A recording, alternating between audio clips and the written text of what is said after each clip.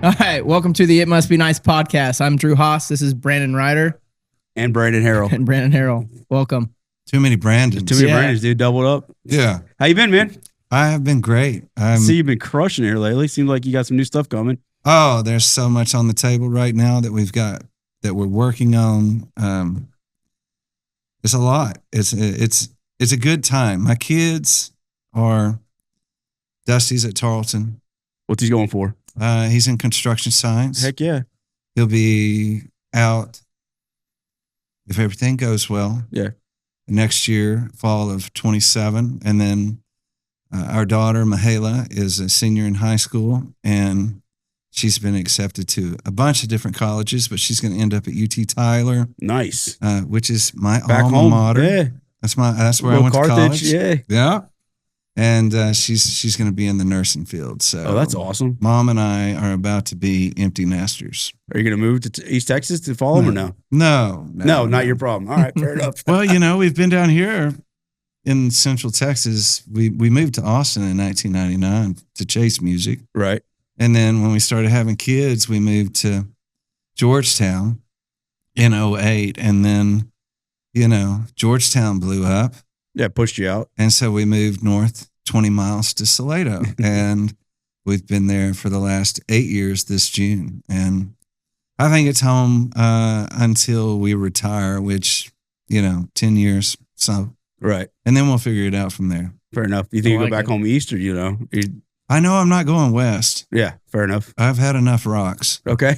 You want trees and stuff? I want some ground. You want some tall trees? Ground. Yeah, fair enough. Yeah, I mean, really, we could just move across the interstate. I mean, there's a lot more fertile ground on that side. But I want to have gardens, and I want to, I'd like to have a house that's like nestled in the tree somewhere. Yeah. But I don't know that I'd ever move all the way back to Carthage. That's kind of, it's in the middle of nowhere. Well, plus like the music stuff, like you're always going to be there. The rest of your life, you're going to be doing gigs, right? That's like, you're married to this life pretty much, right? Yeah. When my money guy, CPA, any of those guys talk about how I'm never going to retire, sometimes that's like, really?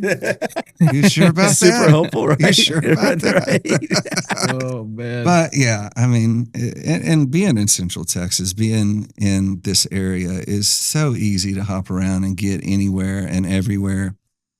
So, it'd be a lot different if I was stuck off in the northeast part of Texas, right? Right. So, I think we've got it made here, and I love Salado. I love the whole area. I love the fact that, when we leave the house, we can go to Harker Heights, we can go to Belton Temple, we can go to Georgetown. We've got a lot of right options. in the middle of the hub. Yeah. Yeah, but we're still out in the country. Right. Got a shop, park all my stuff, all my trailers. You and all walk that around crap. naked, life is good. Oh, yeah. Yeah, that's the best. Oh, yeah, pee off your porch. You're right, exactly. Can't beat that. I'm going home this weekend to plant my garden. Excited to do that. Do you?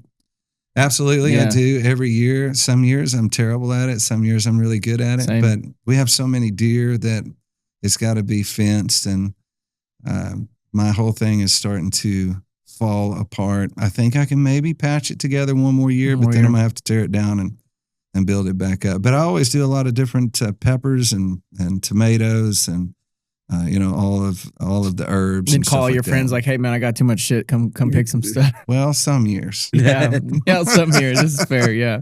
We use all your stuff for when you're cooking, right? Like I do. You use it all in like your.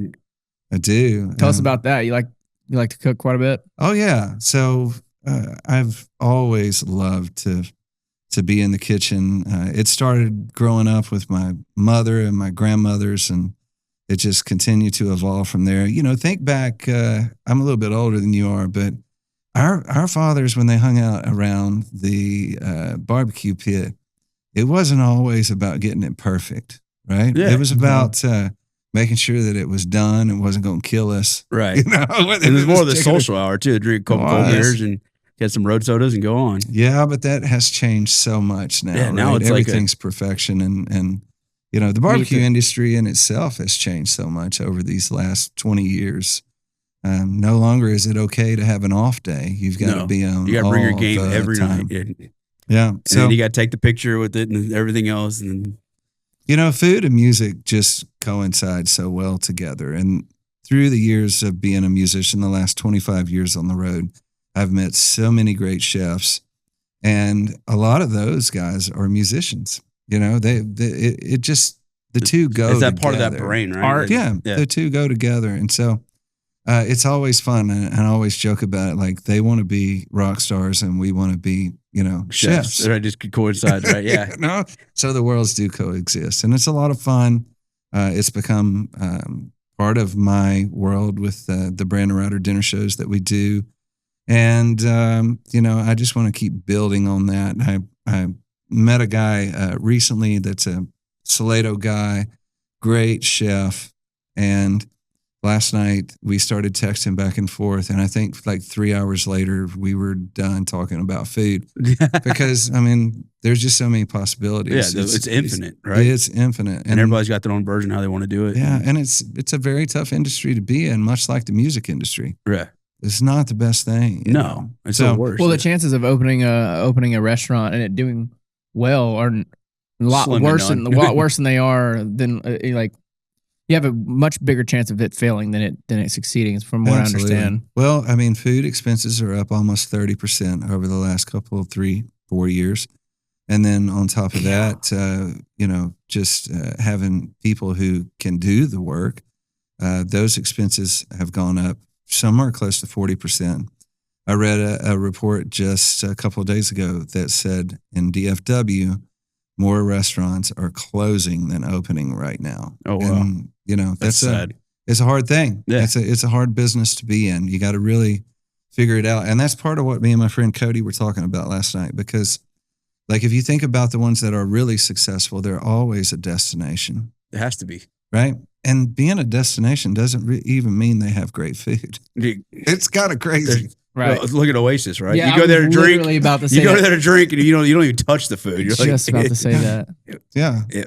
It's a different world, but I think that if you're going to do it, you really have to go after that type of mentality that you're going to build something that's going to take a little bit of time to get Right. there.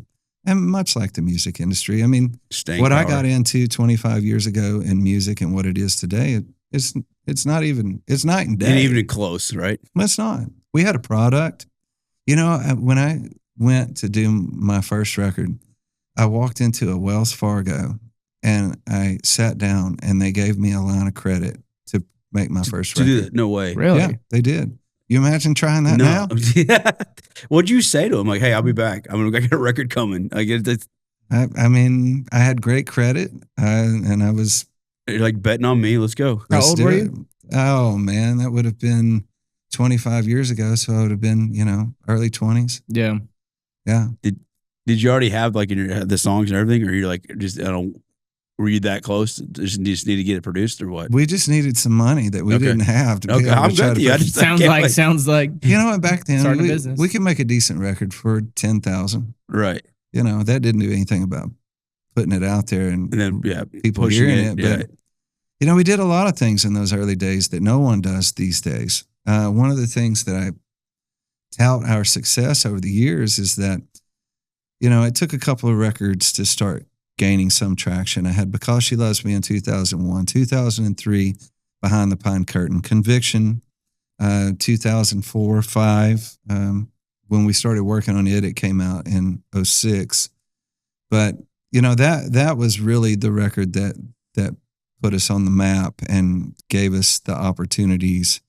But one of the things that we did that I still find so brilliant is that at A&M, in San Marcos, at UT in Austin, other places, we would find out when their sorority meetings were during the month. And we'd go knock on their doors during their meetings and they would let us in and we'd sing 3 or 4 songs. no way. And So smart. yeah, Yeah. and I mean, in Austin, I hosted a songwriter show at Antone's, a blues bar, Yeah. for a couple of years where, you know, and I had all those guys out there. It was like a writer's Corey, round, right? Pat, Yeah. you know, all of I us. remember Jack, this. Yeah. everybody coming up through that time. And the reason that we were able to pack that out every Tuesday, Wednesday night, I believe, was because of that interaction that we had with the sororities there at UT, and they Right. helped us pack it out. That's awesome. Yeah. It's pretty smart. Really, Mark. Who it's- came up with that idea? I don't know, but my manager at the time was, all in on that, and I mean he was single, so there was a lot. I'm about to say the ulterior motives a little bit. I mean, it's a totally different game now. Marketing with social media and everything else that's going on, it's completely different. And no attention, like just everybody's eyeballs are just looking everywhere else. Yeah. Well, and we have such short attention spans, and you really got to get your message out there and convey it in a quick way and in a way that connects. And I'm not the new kid on the block anymore, and we've put out 10, 11 records over 25 years, and a lot of the last 10 years I haven't been as active because I've been raising my kids and making sure I wasn't missing any of that. And right now I just feel like it's a time to attack again and go hard and get in the studio, make a new record, celebrate Conviction being 20 years old. I can't believe it's 20 years old already. I know. I was 11 when it came out. God, why you got to ageism, dude? Dude, it's crazy. It's your perspective of things are so much different as when this album came out, Freeze Frame Time came out. It was the first song I could remember to as a child crying to music, but I was totally not for like the same thing. I guess it was, but like as a child, I remember thinking about like how fast the world is changing and how fast I didn't want it to change, and I wanted everything to stay. I wanted to be by my grandparents' house, like be in this time, like nothing changed. And then I heard that song made me cry for whatever reason because I was in that mindset at the time. It was also the first song that was like, I want to learn how to play a guitar. Yeah. And I still can't play a guitar with the shit, but I bought a guitar because of that song. Oh yeah. man. And then Backroads coming home, like going to college. I would cry in college because I hated it so much. I went from a podunk little town, and then I'd come home and play that song and cry my eyes out because all I wanted to do is be back home, ride back, dude. Yeah. So yeah, it's pretty crazy. Pretty nuts. I love that. Yeah. And there's so many stories like that.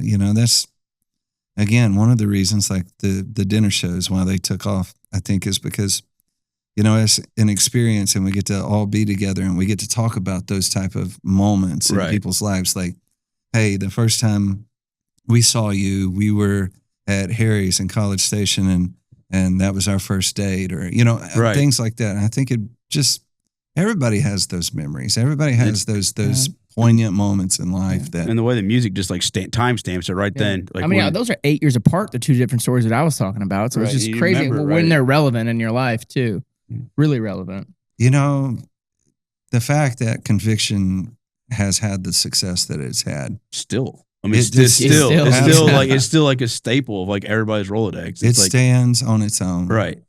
And I'll tell you a couple of crazy stories about that record. One, I had met Walt Wilkins in 2000. He produced it, right? He produced the record. And 2004, I met Walt at a benefit at River Road Ice House. And that used to be the best place to be. It's closed down now. I know. I want to cry, man. I think like all the memories. It was such a cool spot. River Road Ice House. Yeah.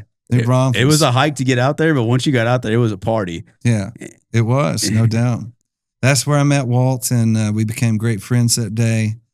And he actually told my wife before he told me, he said, I'm going to produce Brandon's next record. And she told me that night after the show we had done together that he had said that. And so, next time I saw him, I was like, hey, I heard you're going to produce my record. And he goes, I am. And I said, well, let's do it. Let's make it happen. And that was the first record that I had done in Nashville. We went up there and recorded in this, basement studio. It was a really, really great place, great time, great musicians. I mean, these guys were all incredible who played on the record. And it come day to record vocals. Okay. My voice was gone. Nashville is like when if you don't fly up there a lot, like it can really mess with your allergies and stuff. Nashville crud. Everybody gets it. Yeah.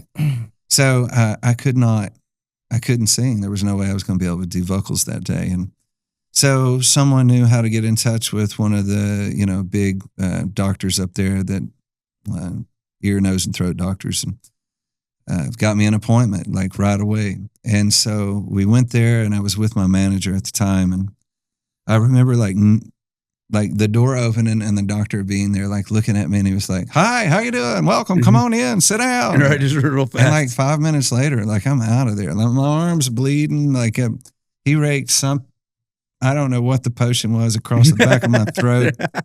I mean, it was like, happened really quick. I got a shot, like a steroid shot. And then when I walked out of there, I looked at my manager and I was like, I'm not sure that was all good. Yeah, I don't know what just happened. But I feel violated. Right. within 3 hours, I was singing like a bird.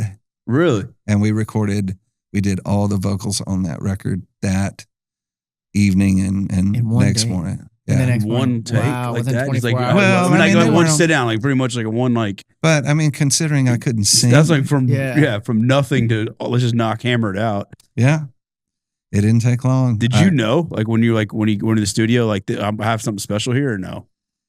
Because people always say like, oh, I just knew when I was singing this is gonna be the one, and other people are like, we had no clue it was gonna do what it was gonna do. The reason that the record is called Conviction is because I believed in the songs, and I believed that we had the group to be able to put them together the right way. And with Walt in lead, I knew that even more. But at the same time, I think it just was all evolved so quickly, and you think you've got something really cool, but you don't really know until it gets out there in the world. Okay. And so it took a little while for it to all kind of like Sink in. come full circle and really sink in that we had done something. And then from there, I mean the star, we started rocking. Right. It was, you were known for grinding, like 170 plus shows. I mean, you're known for like putting that work in. well, from 2006 through about 14, we did at least that every year. It was a grind. It was a grind. And it really only stopped because, there's multiple things, but one of the biggest things was that I came home and Yeah, take care of the like, family. my kids were just Like, my wife hated me. She's a single mother. Yeah, I was gone. I would fly. I would get off the bus, wash some clothes. She'd take me to the airport, fly to Nashville, stay in Nashville 3 or 4 days, write, do all the stuff, fly back home, throw some clothes in the wash, load back up, go get on the bus and go. Yeah. And the last time that I had done that, I had been gone for 2+ weeks, and I walked in, and not that I shouldn't have noticed before, because I should have, but the kids were completely different. They talked different. They looked different. They were taller. Everything about them was different. And I just was like, I can't continue down this path, way, or I'm going to miss it all. Right.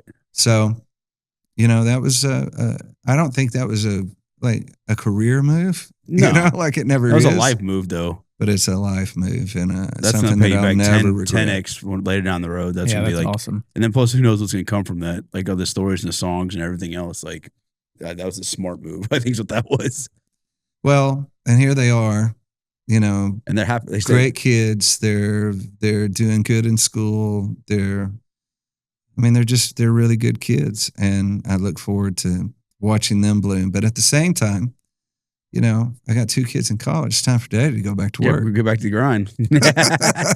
I don't think 175. No, I think we're ever. good. I think you paid your dues. I think we're good at this point. But I think 100. Okay. Is that Yeah. fair? That's a lot. Seems like a lot to me. Well, I think we do, somewhere in the neighborhood of 50 to 60. So it'd be doubling up. But Right. I still I would like to be able to make a tour. Okay. We're going to tour these 3 months. Yeah. With the band. And then, we're going to do dinner shows these 3 months. Acoustics, And these just and try stuff. to, Yeah. but Cherry pick what you want to do. And the problem is people call and offer me money, and I don't say no. it's kind of hard to say no when they offer you a big fat check. like, all right, one night worth of work. Yeah, I'm in. Let's go. Yeah. One of the things that I really love about the Brandon Rhyder dinner shows and the angles that have happened is it's allowed me to be more in the give back world. This coming weekend, I'm involved with a group. It's called Scotty's House. They're in 6 counties in Texas, and they raise money to help kids that are in bad situations. Anytime that we can, give back and be a part of things like that, and Right. and let we'll auction off a Brandon Rhyder dinner show. The last 5 of those, I hope this one helps us get over the 100,000 mark, but the last 5 of them we've auctioned off for special events have raised over $86,000. Damn. And, it's just a night for me to be able to go and celebrate with these people who are raising money for great causes and for good things. Give back a little bit, add your skill set to it. Yeah, nothing feels better than that, I think, as a human being, too. Fulfillment-wise is helping other people. Brandon hosts, it's the largest youth hunt in Texas? Yeah, I do the largest youth hunt in Texas at their ranch. We partner with and take a bunch of city kids hunting and fishing. Sure. Yeah, get them involved in the outdoors. So. I see that stuff you do. Yeah, man, it's fun. It's like I said, I've kept up with you. Yeah, I appreciate that. Yeah. How did you know to move from Carthage to Austin in '99? Where you're that jump moment, right? Like when everybody's push the chips in the middle, let's go. So I was over at UT Tyler. My wife was in nursing school. We helped put each other through school. We had met a friend of mine by the name of Ricky Casey. He built our first house. We were early 20s, Lake Palestine area. And when I met Ricky, he, being a builder, those guys seem to have some get-togethers. They like to have some parties. Yeah, some throwdowns. Well, when we closed on our house, he came over to do a punch list that Saturday morning. And me and my buddy Brad were out on the back porch playing guitar, and we had a brisket on the pit. And he finished his punch list, and he came out and he said, "Hey, man, I'm having this little get-together tonight over at my place. It's not finished, but we're going to have some guitars out there. Y'all want to show up?" And we agreed. And as he was walking back to his truck, he turned around and said, "Hey, and if y'all have any of that brisket left, bring something with you." Right. So me and Ricky went on to become really great friends. He's no longer with us. He passed a few years ago. But Ricky was the guy who pulled me to the side and said, "We all like to sing our songs around the campfire and stuff, but you've got something different, and maybe you should think about doing something with it." So he saw it. And that was the first time that I ever thought, maybe, maybe, right? And so I put together this little band, and we practiced a lot. We didn't play a whole lot, but we practiced a lot. In fact, we practiced out in Ricky's shop. And we got this gig in Austin. My bass player at the time, his mother put together large events for conventions and stuff like that across the country. And she got us a gig in Austin, playing a show for a bunch of orthodontists all right, from all over the country at Pease Park outside. Okay. So what time of year? I mean, this was early fall. Okay, so it wasn't miserable summer. No. Okay. But 3 songs in, the bottom fell out, and it was a torrential downpour. Oh, and no. The show was over. And so we were done throwing all the equipment. I mean, we didn't know what we were doing. We were just throwing all this stuff in the back of the U-Haul. Well, my bass player's father, his mom and dad were divorced. He liked to frequent a place called the Water Tank up in Northwest Austin. I don't know if you know that, if you've been there. Yeah. So called up to the Water Tank, and they said, "Yeah, we got the stage set, and they can come up here and play 2 or 3 songs." And nice. so we all loaded up, and we hauled butt up to the Water Tank. So we get up there, and it's us and our girlfriends and wives, and all that kind of stuff. And we get in there, and we play, I think, 4 or 5 songs. We felt like rock stars. It was a big night. Well, he played as 2 gigs. as we were walking out, there was a couple of guys breaking into the business next door. It was a nursery at the time. I don't know if it still is, like a land farm, landscape type deal. And we confronted them, and we left them laying on the ground. And the cops were coming, and they had put us up in this high-rise downtown Austin, and we hauled ass out of there and got back to downtown Austin. We ordered a bunch of pizza, had a bunch of beer, took it all up to the hotels overlooking 6th Street, the whole thing. And I told my wife, I said, that night, I want to move to Austin and play music. And I know she thought I was crazy, but she said, okay. And What? so that next morning we got up and we packed up and No way. The next day. wait, we went back home that next Oh, day to God. East Texas. Like, what? Now consider we had just built this house. Right, you we just closed on always it in April the 15th of '98. It's my birthday. 3 years old. Hey, we sold that house in a couple of months, and by October we were in Austin. Wow. Yeah, That's insane. my saving grace was that her sister had went to UT and lived in Austin, and she was like, "Yeah, I want to hang out with my sister. why don't we go do that?" Yeah. We'll And try so- to see how it works. Yeah, I mean, there were times she wasn't happy with me for the decision, I'm sure. but Yeah. we sold the house and we moved to Austin, and really that was just kind of I feel like Texas music was just really It started to ramp up. Oh, Yeah. Who else was coming up at that time? Everybody. Yeah, a That bunch was of people. Yeah, everybody. it was. Well, so Pat was like 96, and of course we had Robert O'Keen. I had first heard Robert in 1994, and then Corey and The Great Divide and Jack Ingram, and there was so many, but there weren't that many, right? There was, Yeah. I mean, literally Right. we could Right. count them on like Yeah. 2 hands. That was it. It was like And there 15 wasn't. to pick from. But the thing was that if you were going to come and be in the scene, that you had to be unique and you had to have your own sound and you had to do your own thing. And I think it was a time when being a singer-songwriter was really celebrated. And so we got here in 99, and for the next year, I pretty much just went everywhere. I'd get off work, and then What were you doing for work? so I got a job working for Fastenal, selling nuts and bolts. Really? That's right. Had me a company truck. Mhm. When we signed on, they knew that I was chasing music. And in the beginning, it was okay. I was actually working Monday through Thursday, trying to play gigs on the weekends. Mhm. Yeah. And that worked for a little while. And then And it then ran its course. Yeah, you I'm know about to how- say we started playing Yeah. gigs Thursday, then started playing gigs Wednesday, and Yeah. And then you get a call from your boss and you're in Lubbock, and it's like, where you at? what are you doing? You know, Well, I'm doing what I told you I was going to do, you Right. know? And so that worked for a while, and that was a good thing to be able to do that. But I'll never forget when you bring that up. Like I called my wife on the last morning that I worked there, and I was on my way home, and she answered the phone. "You quit your job, didn't you?" And I was like, how did she know? I did. We did. It's over. And from that point, it was really about getting music out and then being able to at least make enough money to cover some bills. Mhm.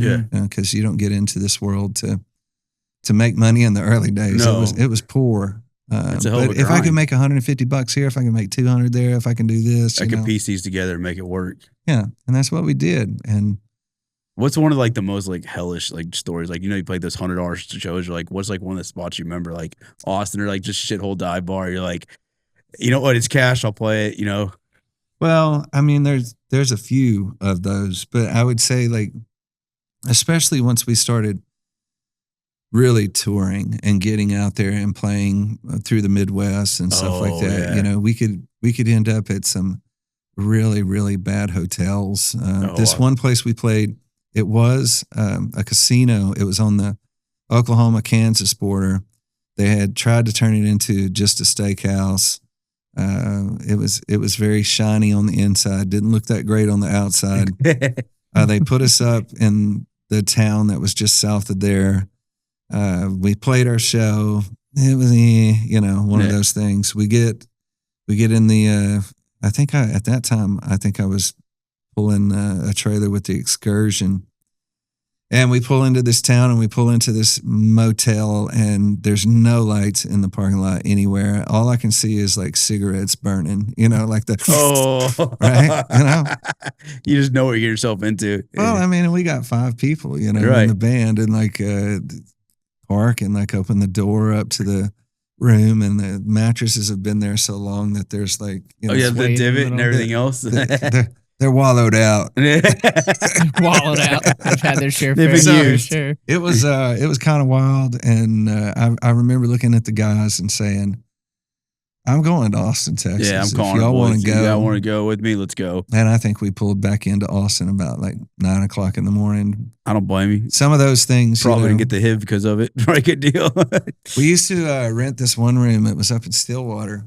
I don't know why I'm just on Oklahoma right now, but it was in Stillwater, and it was like America's Best Value type Oh thing. no. Well, it had a corner room in this place, and it had 3 beds in it. And this guy would rent it, give it to me for $50 a night. And when I figured that out, like everybody's got a place to lay down. Yeah, exactly. Right? That's all we need. We need 6 hours, a couple hours to go. That's right. Yeah. We just need a place. You had to get over the big pool of blood-stained carpet when you walked in. shit. I don't know what had happened there. I have no idea what had happened there. We just didn't ask questions. You know, we right? just, For sure, just don't make eye contact and go about your day. We were just happy we didn't have to pay by the hour. Right. It's when you're sleeping in bed. You're sleeping in the same bed, and it's you roll towards the inside of each other. You're fighting to not roll toward each other all night. Right. Yeah, and the crazy thing is, you know, like once you get, you know, out of those days, and then, you know, conviction shot us into the next realm, and of course we were on a bus quickly after that, and you know, people think that buses are like just the greatest thing on the world, but I'm like, you got to remember, there's like 10 stinky dudes in there, Right? You know, you it's can't just use the bathroom. It's a tube, Right? It's a dude canoe. Is all it is. It's just not even dude tube. Right. It is. So, you know, I wouldn't take anything for all those days and everything that we did, especially in the early days, because that's when you know that you truly are in it for the love. Right. For the love of the game, for sure. For the love of it. You know, it's a passion. It's something that you're not working. And it's a good thing that it feels that way, because you don't get paid much to do it. Yeah. So when was your like aha moment? Like when not before Conviction came out, did you know you had something? Like you knew I need to keep chasing this dream? I knew that with Conviction, it was our last chance. Oh, really? Yeah, I didn't know that. That was my 3rd record. And, you know, I had gone to college, got my degree, and I thought, you know, if this doesn't start working out better, then I'm going to have to do something different. And again, that's why it's named Conviction, not because of the song Man of Conviction, but it was just like I believed in this project. I believed in, you know, having Walt at the helm. I believed that we had the right songs. We had been writing with all the right people. And I was so blessed to be able to write with people like Liz Rose and John Randall, and, you know, to know Keith Gaddis and all those guys from that time. You know, they were, you know, and, you know, it's changed a lot over the years. Of course, we don't have Keith with us anymore, but I remember how much I fell in love with the Big City Blues record when that came out with Keith, and I recorded a few of his songs, and along with Charlie Robinson, who's no longer with us. No longer with us either. Yeah. So we've seen some changes. Yeah.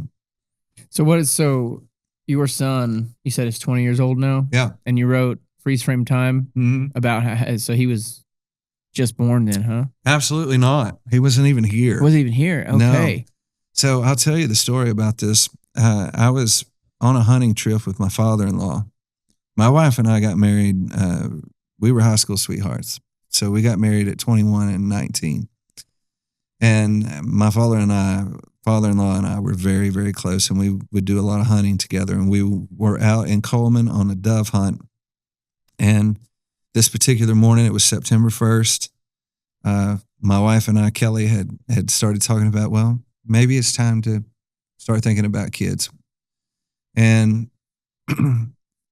so I guess we were in the practice phase, right? Yeah, right. The fun phase. So, you know, in the field, I was sitting on a bucket. I still got that bucket. I sat it on it this year with a shotgun across my lap. There was another group that was with us across the field. In that group, they had a lady singing Amazing Grace on CD, a cappella. They opened up the truck doors right as the sun was coming over the horizon.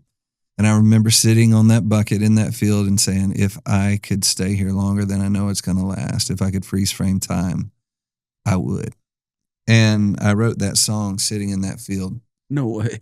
So you about having a child. Okay. Wow. So you wrote that song while so you're hunting. calling your shot. Yeah, well, I mean, for me, I've always loved to hang out with older people. Yeah. All of my friends are older than me. Now, when you're young, that's a really cool thing because you can learn. Right. from them. And you can I've always been a forward looking person. So I can see what's coming. I can see what's ahead of me. I mean, that happens to this day. So I watched my friends have kids, and I knew that it was a life altering moment. Little did I know the unconditional love that it would truly bring to my life, but I knew that it was going to be big. And what even makes the story better is that, I wrote that out there in that field. I also wrote That's Just Me that same weekend, which didn't show up on a record for 10 more years. Right. But that next night after I had written Conviction, we had a show in Fort Worth, Walt and I, and we were just really becoming good friends at that point. And we played this deal. Miss Joni used to put on a show called Clubhouse Concerts. And it's exactly as you can dream. It was a clubhouse at an apartment complex, and they didn't, you'd have 30, 40 people come over. Well, this was actually at the Horseman. And that was the first time that I played the day after, 2 days after I wrote it, Freeze Frame Time, and I played it in front of Walt. And when I got done, I remember looking at him and him going, okay, we got something here. You got the nod. You get the nod. Yeah, right? you're like from a legend. You're like, okay, I'm on to something here. Yeah, that's right. Yeah. And so that was kind of a pivotal moment in knowing that, we had some good material here. And you didn't know that y'all were having a boy yet? She wasn't even pregnant yet. No. That's pretty cool. And the That's crazy pretty thing, cool, man. I mean, but as a, like a expecting dad, you always kind of dream of having the boy first. Yeah. And the girl second. And so it worked out, and it was a blessing that it worked out the way that it did. It was a God thing for sure. I always thought that we were going to have, 3, 4 kids, and after we had the boy first and the girl second, and she was like, I think it's over. And I was like, okay. Yeah, fair enough. Yeah, I appreciate that. That's pretty sweet. Yeah, it's so great. And then I heard you telling Marshall earlier, you wrote I Love the Rain in a Deer Stand as well, right? Yeah. So, when you're young, it's so easy to be prolific because you're still experiencing a lot of things for the first time. Yeah. And then at the same time, you don't have kids running around, so you've got free time, right? Right. You can write. When it hits you can go write. Well, I was with my father-in-law again. We were out at the Jackson Farm in Northeast Texas, where we'll be in a couple of weeks. We go up there every year and do spring break there. But we were up there deer hunting, and it was raining, East Texas rain. You know how that goes. Oh, yeah. And I was like, I'm not going to sit in this cabin the whole time. So I went and sat in the deer blind, and it had a metal roof, which was very loud sitting in that thing. Oh, right? Yeah. But like I said, I saw a squirrel. That's all I saw the whole time I was there. And I wrote this song, I Love the Rain. And I'll never take anything for that. But so many songs that I've written have been like those type of songs. Well, you're forced to sit still, too. Well, but it's the songs that you write in a very short amount of time. Yeah, they come to you so quick. That are the ones that usually do the best.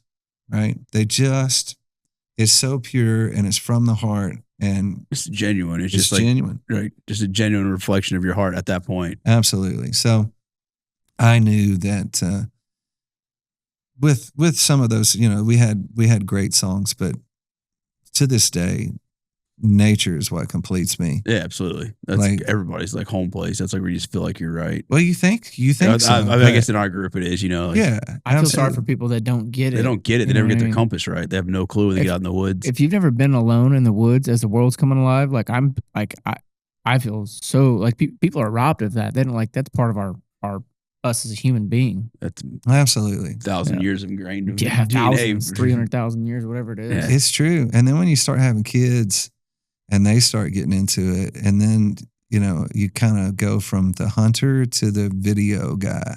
Yeah, and that's fun. For sure. And they get to see everything for the first time. Dude, Luke Combs has that new song on his father-son album that "Hunting by Yourself" or something like that. You know what I'm talking about? You haven't heard it? Talks about how they're being too loud, they're making all these noises, and then all of a sudden again you're hunting by yourself because they've gotten old enough. Then the kids are hunting by themselves. It's a great song. Have you heard it? Circle. I have not, but I'll make sure to go look it up because it is that is a great part of it. There's I think people talk a lot about having kids and the greatness of kids.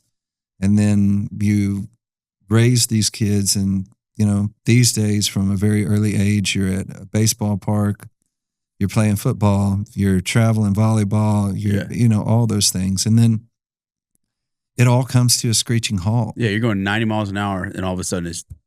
Yeah.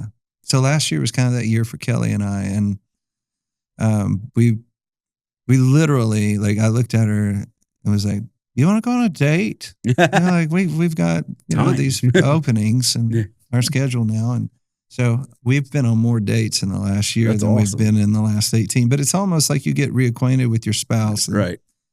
And the great thing is she still likes me. That's true. That's a good time. I still like her. Through all that, she still likes you. That's a good sign. That's a win. It is a big win. And so that's, it's been fun. I just don't think people talk much about the empty nest thing that happens. Right, that void that happens. Our friends are going through it now. And you're just like, it's like such a, like an emptiness. Like what our whole lives been focused on raising. Now we succeeded. We got what they need, obviously, because they're going to college and do what they need to do. But now what do we do, right? What's our self worth? Yeah, and I'm so proud of them. And they have great work ethic, and they're doing great in school. And they have great grades, and they understand that. To be able to do things like this, it's, they've got small jobs on the side. And, it's such a beautiful spot to be because you get to kind of see all of the work that you've put in. Yeah.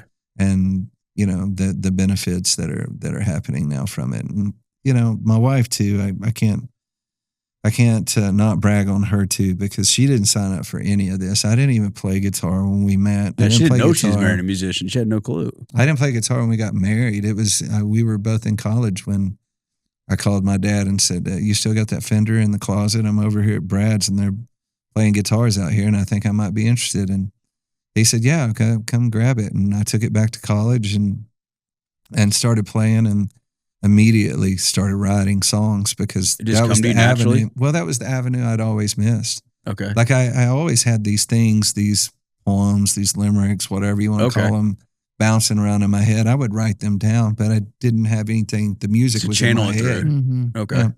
And you sound like a weirdo if you sing a cappella anywhere. Right.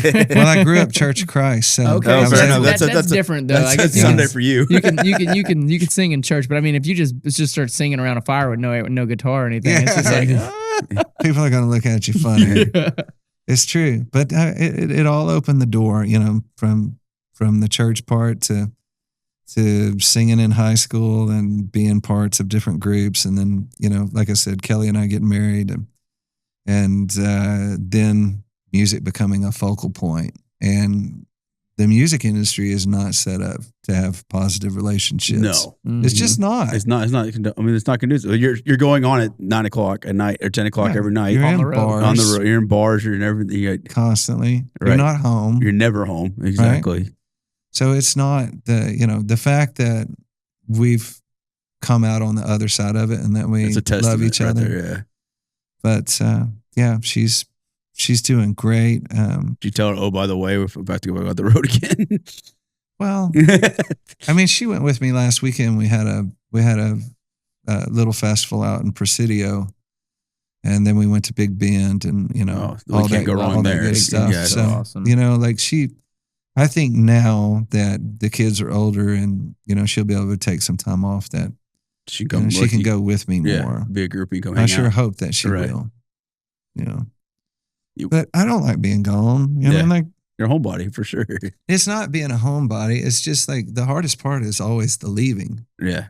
When you get out on the road, you always, I find that I have great experiences Right. out on the road. It's just the packing up and leaving that you're like, I don't want to do this. And then you get out there and you're like, okay, this is okay. Yeah. I always find it hard, and it's totally different because while you're on the road, you're actually working. But I like to travel a lot. But when I find that when I'm gone, that a lot of times I'm chomping at the bit to get home because I'm like I haven't been working, and then I get stressed out. But it's got to be different when the road is your job. So you're out there doing what you're supposed to be doing. Yeah, and connect with the people. Mm-hmm. Connect with their experiences and where you fit into their experiences and. Because everybody's going to have just like the two experiences I told you earlier. I mean, everybody's going to have a different experience with those songs. Absolutely. And plus, there's a whole new generation that's going to hear these new songs for the first time, and they're going to fall in love with them too. You know, it's like a resurgence of red dirt music now and everything. Like, I really feel like there is. I think, and I think it's because it's so genuine. Like I said, the singer songwriter, it's actually genuine written. It's not like a gimmick hook or whatever that people push on social now to get likes and clicks. Like, this is from people's hearts and it's genuine, and people fall in love with it again. Like, oh, like we know because we grew up with it, but other people have never been experienced to it. You know, I like laugh because like I'm around a bunch of kids and they're like, hey, have you heard this? And I'm like, yeah, man, that was my high school and childhood. You know what I mean? Like they think they're gonna put you on something new, and you're like, no, man, that was pretty awesome. Like, Yeah, I'm excited you love it too. You know, but it's a great.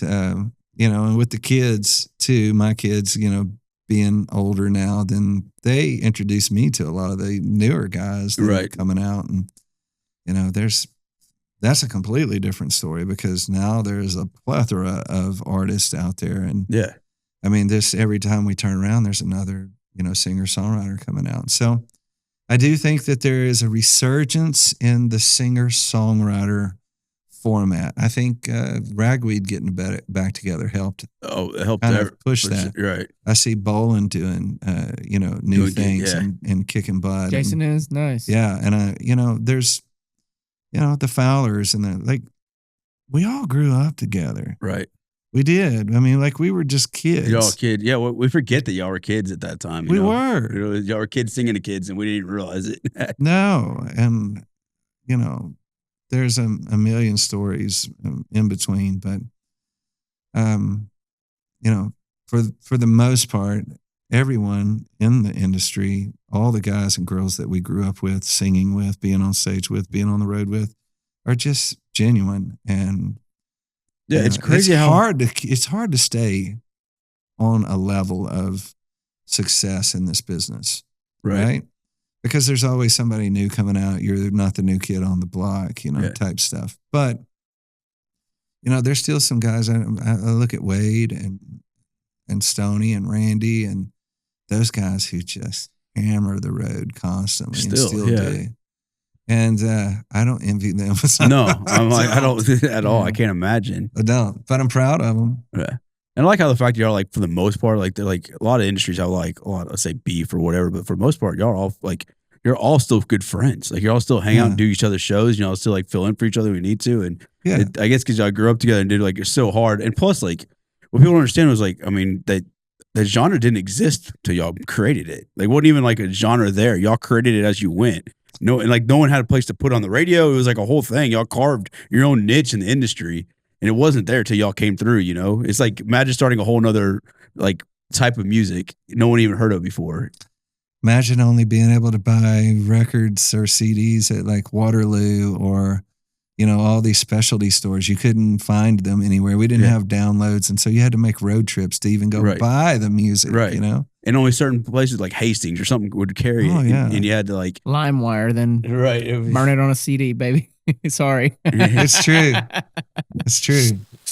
Yeah. But at least we had a product to sell. Right. Yeah. You know, now with streaming and the way that it is, you know, we can sell records and, you know, stuff like that. And that helps, you know. But at the same time, it's not like the streaming services are doing any singer-songwriter justice. At any means. It's not. You just cut them out of the money. It's all it did. Well. And kneecapped them. It is. And I hope that someday they get it right. I often say that, like, if we were, with the amount of streams that we're able to get and stuff these days, like if we lived in the 80s, we'd all be multi. Exactly. You know, but it's just not framed that way anymore. Is it? I know it's like a double-edged sword. Like, is it better now? Because, like, I mean, you have to do the radio grind. You have to go like do the 6 a.m. like, hey, Joe Bob's morning show, and like go do 50 of those things just for people even to play you. They were kind of like the gatekeepers, right? Yeah. And, you know, getting into those radio stations wasn't the easiest thing back then either. But, you know, terrestrial radio it's changed a lot too. Yeah. And so, you know, it's not as important. I hate to even say that because some of my friends are going to hear this and they're going to be like, screw you. Right. You know, but it's a changing of the guard. It's just times, right? It is. You know, I don't know. At some point, I feel like we're going to go back to a product. You really think so? I feel like these streaming services are kind of cratering in themselves. Okay. And I don't know that they'll be able to continue. And so I'd like to see us go back to something like the CD or something like that. Yeah, a tangible product you could actually hold. Well, I mean, in this day and age, when you put together a record, you're not putting that record to make the money back off of it or put money in your pocket. You're making that record to put butts in seats. Yeah. That's why you see all the old guys and gals come back out and, you know, they're touring again because that money dried up that was, you know, being sent to their, you know, direct deposit. Yeah. So do you not get royalties? So I'm almost fairly positive that a bunch of these songs on this record are on Meta, Snapchat, TikTok.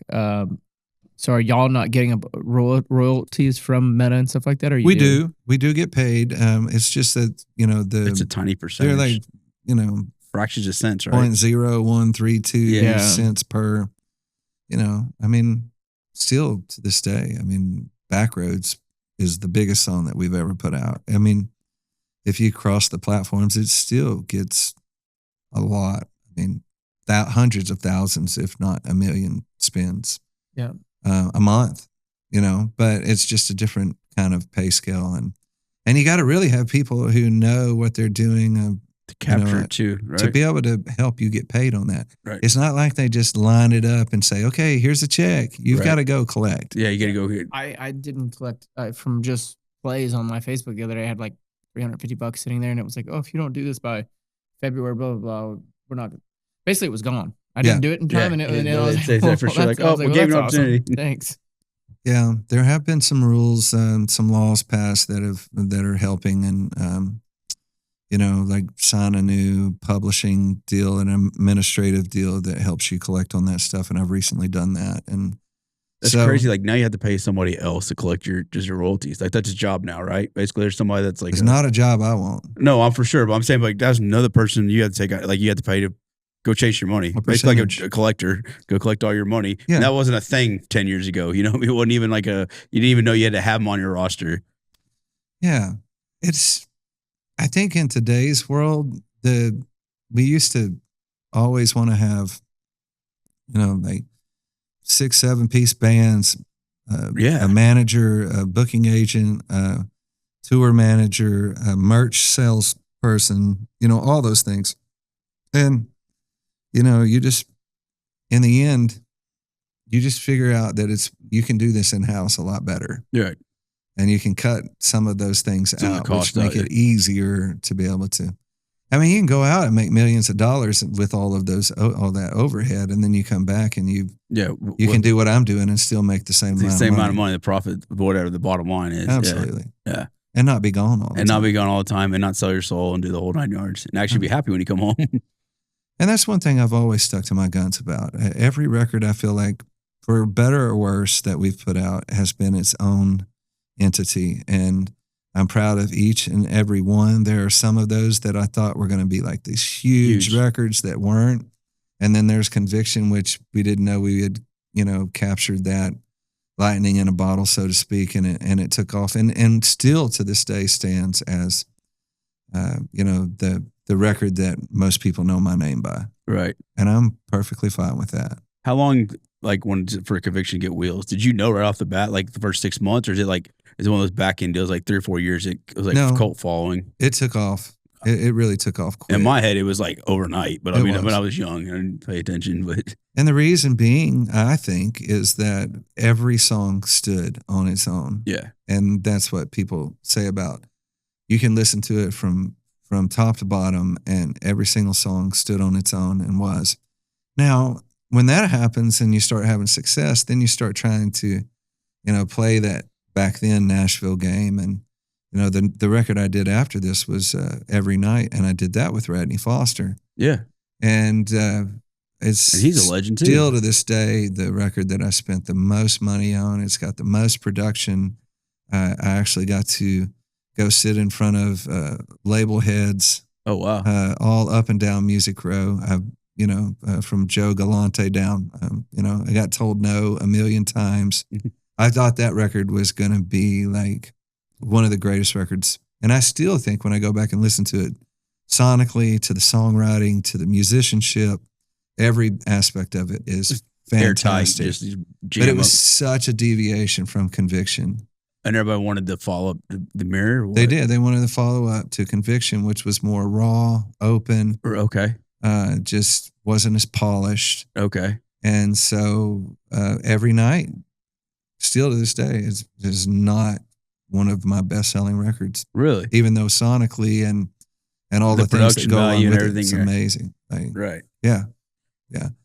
I'll take that Every Night record. And Craig Cramph played drums on that record. And I remember his name because of all the things that he's been on first and foremost, but because of how great the drums sound on that record. Really? They sound so good, man. That's crazy. It's just one of my favorite record drum-wise. Right. Is that still one of your favorite records, or is Conviction your favorite? Oh my God. I was like just having a favorite kid, right? Well, yeah, but I mean, Conviction is definitely up there because, I mean, it's got the songs on it, the freeze frames, the back roads, the I Love the Rains, those things that really put us on the map. And people talk about that. Like, if we go back and listen to most artists over their span of their career, even Willie.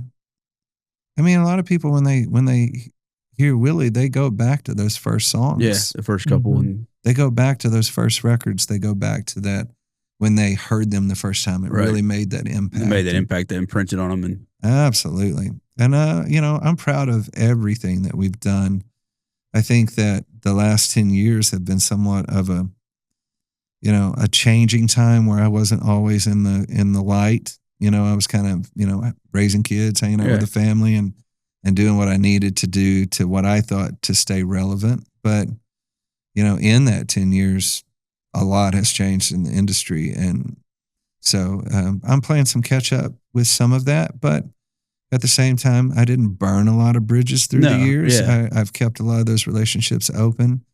And so I've been able to, pick up the phone and call those guys, email those guys, and rekindle those relationships. And that's kind of where I'm at right now. Nice. You're going to cherry pick? You can do the whole dive bar scene again and all that, or no? Do you get to does it come with wisdom after 10 years? Like, hey, this is kind of the way I need to move this way or not. I'm not saying you're not too good for dive bars. I'm just saying because I mean, that's where we all grew up and loving you and going screaming, Brandon fucking Rhyder in the front rows. But I love it. No, we actually did in San Antonio. I got hired. I'm not even going to remember the name of the bar, and I'm sorry if he's listening and knows that. But I got hired to play this dive bar in San Antonio, and this guy was a big fan. And I did a duo. Me and my guitar player Josh went out there, and I mean, all of the dive. It was a dive bar, and we got through with that night. And I was like, oh my gosh, I had so much fun. Yeah. It was like, it took me back 20 years. Right. This is where I cut my teeth. This is where we did it. Right. And so we have talked about that. Like, I mean, nowadays you got all these pop-up events and all that type stuff, but definitely the small, like Austin's not the same. Like no, 6th Street's none not of the same. the spots are the same, but like it's not. I was like, there's very few iconic bars that are like they're usually like the staple, like y'all would ring, y'all would all go play the same bar, like not the same time, but like y'all would have the same like path we'd run through, and they're like all gone now. Like they're nothing left. Yeah. Like your midnight rodeos, all that stuff is just like, man, South Austin's getting fun down there with the bars. Have you heard of Armadillo Den?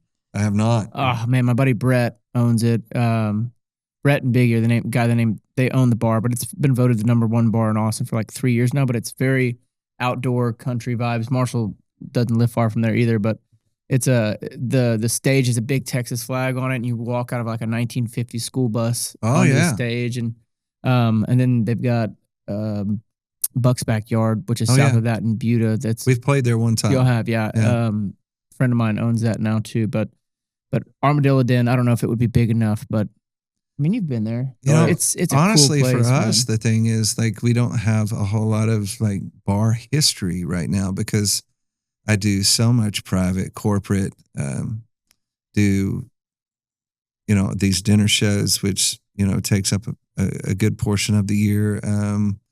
That like trying to get in these bars, they're like, "What's your history?" And I'm like, "I don't have any history for 5 years." Yeah. Let me show a video from 20 years ago. We brought the house. I want to, that's part of the quest right now is to we've got studio dates set up to go back into the studio and to put out a new record and to really try to kind of rekindle that flame and get back out there in some of these spots. Let's go. Man, I'll put you and Brett in contact if you have any interest. But man, it's my favorite place in Austin to go, and it's got a really good, cool vibe. What's your favorite type of venues to play? Like open air? Like like some like iconic stuff you love, or? Well, of course, I mean, getting to do the things that we've done through the years, play the Green Halls, play the Billy Bobs, all those things are big. And, the thing that I fear is that we're losing like a lot of our dance halls. And I know a lot of people are fighting to keep those open. Right. Copeland's a recent one. The reason they finally got back open. Yeah. Sanger, all these crazy halls we used to all like go cut a rug at, and it's just gone. It's like, and think about this. A lot of the guys that we used to like pay money to go see in arenas and stuff like that, like the Mark Chestnuts and some of those guys, they love playing the Copeland dance halls and the Green Halls, and they're acoustically great. Absolutely, and then they pack. Everybody's happy to see them. It's so quick. It's great. Yeah. Did you ever play Swiss Alps? Oh yeah. Oh, dude, that was our stomping ground. Yeah. When Copperhead Road or something would come on and everybody be dancing together, the whole floor would do. Marshall knows. We just go sweat our asses off there every Wednesday night. I loved that place. I really did. I loved it when we would park the bus out there, and being the cook. And my bus driver too, JR, he loved to cook, and like we'd throw down out there. We would have like some great food, and like you could take an afternoon walk at Swiss Alps and like just go down these back roads by yourself, and people honk and wave at you when they pass by and stuff like that. Yeah. That They've was a fun redone place. it now, man. They've got AC now. We're moving up in the world, boys. Man. Now, it closed down for a while. It did, and then they started having every Wednesday night when we were in high school. They had a dance there, and Hallettsville, Schulenburg, Shiner, Gonzales, Yoakum, all those little towns around there, Columbus, Weimar. Everybody would show up there, and we would just go freaking right on nuts. Well, that's good to know. I want to do, that might be the thing. Instead of pop-ups or do like the old dance halls. Do the dance hall scene again. Yeah, it'd be like, that'd be awesome. You definitely get our whole demographic. Everybody. I think everybody like bring back best. Yeah. I mean, it definitely Renaissance type. It'd be awesome. I think it'd be great. I'd love to do it. You got some songs ready to go? You've already got in the can, or you started to write now? No, we've got a ton. Oh, really? You've been sitting on a bunch. All right. Sitting on a ton. And writing like crazy right now. I'm just, this hasn't happened to me in years that I've been writing every Such a conduit, day. Just like, let's go. Yeah. And I think, again, it comes back to that, like, we don't have all the sports to go to, and we kind of have time, and you're to kind of go through these things, and the inspiration hits, and you can sit down when the inspiration hits. But June 22nd, and nobody even knows this. I haven't even put this out there. I'm supposed to release this soon. But Walt and I are going to do another record together. This will be our fourth record we've done over the years. And we kind of, one day, a couple of months ago, just did some hopping around and going to different studios. And we ended up at Blue Rock, which is in Wimberley. And this is a place that I had been before. I had seen concerts there before because they have a small place. They put shows on there. I'd seen Daryl Scott there, who is one of my favorite artists of all time. And this place is just unbelievable, over the top. It's one of those all-inclusive type places. And I've been able to do that a couple of times through my career. When I talk about all-inclusive, I mean the band shows up. We're able to stay there the whole time. We have a place to sleep. We have kitchen. We have, all It's a big of the deal. Like, things. you don't have to break up the day. We don't have to leave. You have to leave, right. We're there. Right. We'll roll in on the 21st, Sunday night. We'll wake up the next morning. And for that whole week, we are in the studio. That's and we awesome. can work long hours. We can take breaks when we want. We can, we'll break bread together. Yeah. We'll work on other songs and parts of songs when we're not recording.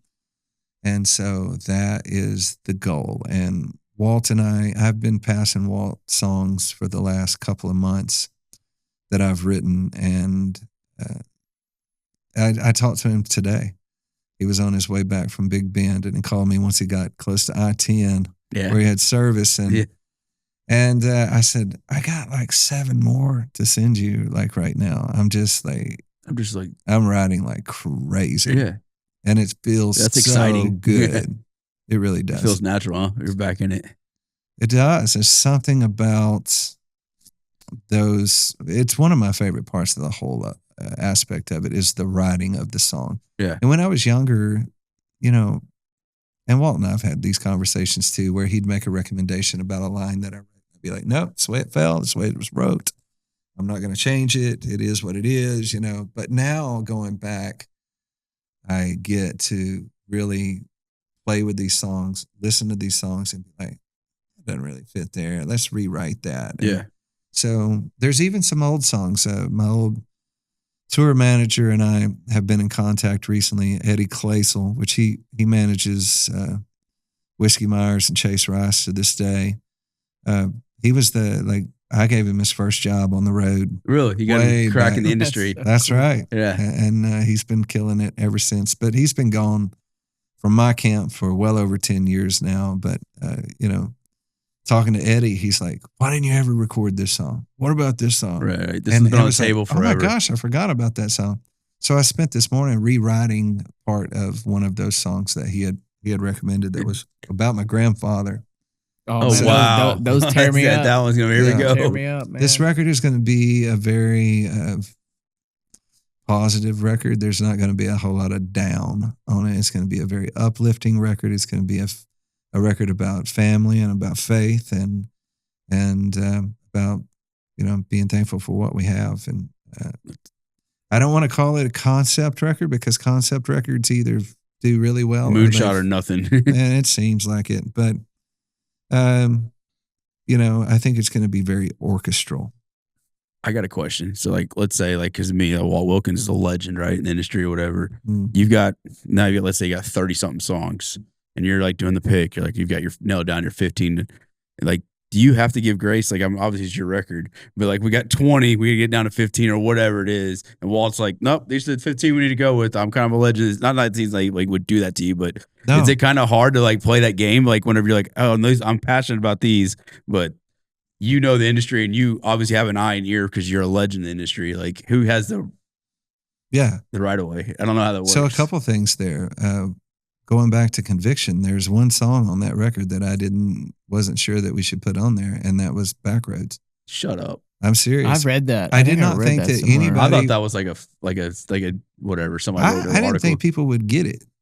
I thought we were like the only rednecks that rode Backroads. You like literally struck the chord of every red blood every American. kid that moved out of a small town to either a big town or went to college and listened to that song. I'm telling you, it hit deep because I mean, it just like struck the chord, like the pulse of every American. It's like those. I'm showing my age here, but it's like those memes when it's like when this song comes on and then it's like somebody screaming out the lyrics. Yeah, because you're like driving home, or you get back to Hallettsville. That is a Texas, truck banger for sure.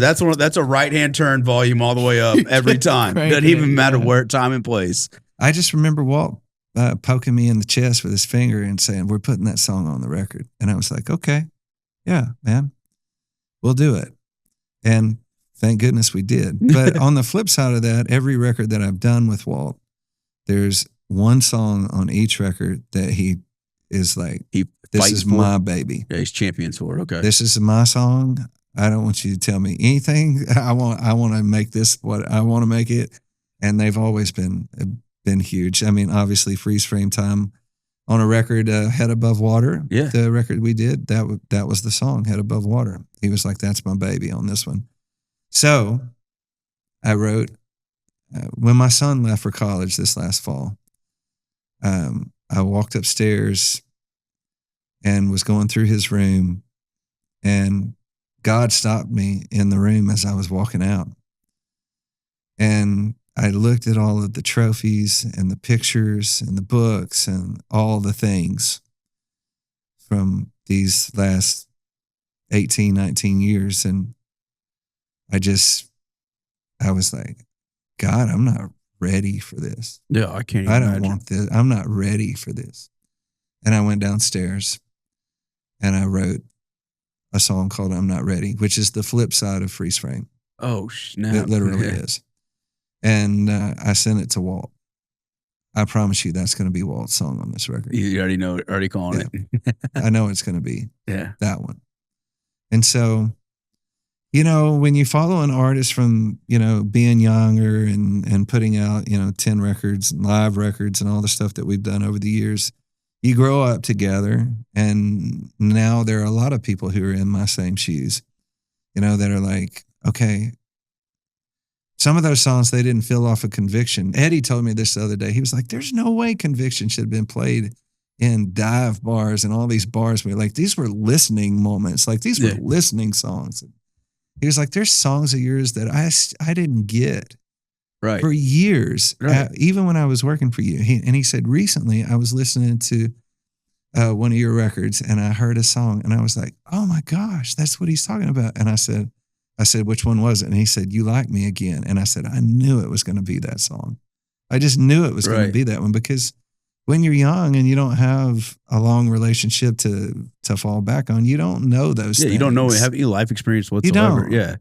So it takes you a while to catch up. And that's one of the things, is that I've always been a writer first. And I've never felt like I was as good of an entertainer on stage as I've been at writing songs. And so, you know, I do the best I can. I enjoy the stage. I really do. But the writing part, the production part, the putting it all together part is by far my favorite part of the whole art. Really? Yeah. What about people who do covers of your stuff after you put out the art out there? Well, it's incredible because, you know, again, you don't think that you have an impact on people, and you do over time, especially. And, you know, when you hear, you're talking about playing I Love the Rain, and, you know, there's a lot of guys out there that have Back Rows or Freeze Frame or stuff like that in their repertoire as far as their shows. It's incredible. Yeah. I mean, like, how can we be so lucky? Right. It's a gift. Yeah. It's a gift from God. For sure. That I was able to take to the next level. Not because I knew what I was doing, because I had no clue, but because people were there who encouraged me and put me in position to be successful. Right. So that's the other side of that too, is that now, you know, there are guys that, you know, regardless of whether it's bandmates or new guys coming up, that, you know, I can be that for them. And that's what Walt was for me. Yeah. You know, when I met Walt, he was in his mid-40s and I was in my 20s, and now Walt's in his mid-60s and I'm in my early 50s. I mean, now you're going to be leading the next hand up for sure. That's right. And I think that's part of what we need to do. Yeah, it's the whole point, right? What's the point of we doing? Pass the knowledge on the next. No gatekeepers. Would you ever be interested in doing producing? I mean, I could. I'm not saying that. I don't love the engineering part of the studio.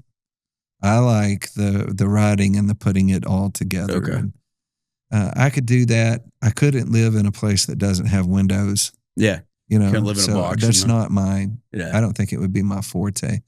And even though I could have produced this one by myself, I would much rather lean on someone like Walt, who has the experience and the knowledge and has been in the studio. Plus, now it's a different perspective, right? Yeah. Yeah. And he's so great at it. There are people like that are really great at that. Yeah, that's like that's their lane. That's what they're great at, right? That's right. I mean, some of those guys can't cook to save their lives. Exactly. You know? So you do let them do what you're good at and go for it, right? Absolutely. And in the studio, that's, you know, Blue Rock is such a beautiful, beautiful, all-encompassing place. I mean, there's walking trails, there's swimming pool, there's an observatory, there's all of these things that are going to bring this all together for what I want to be like the ultimate experience. Absolutely. To bring people together. And so I'm you know, pulling in some of the guys that I'm an ambassador for. Real Rodeo. I'm wearing that shirt today. Real Rodeo Outdoors. A friend of mine, Justin Scott, up in Oklahoma, has put this thing together. They're starting to really rock and roll. They just got placed in their first Shields. Let's go. Yeah. Huge. That's big. It's a big deal there. It is a big deal. And you know, I called and talked to him this morning. We're going to have 24/7 video for this whole thing. We're going to have a videographer there, a team for the whole day, Capture it 5 all, days. yeah. We're going to capture it all.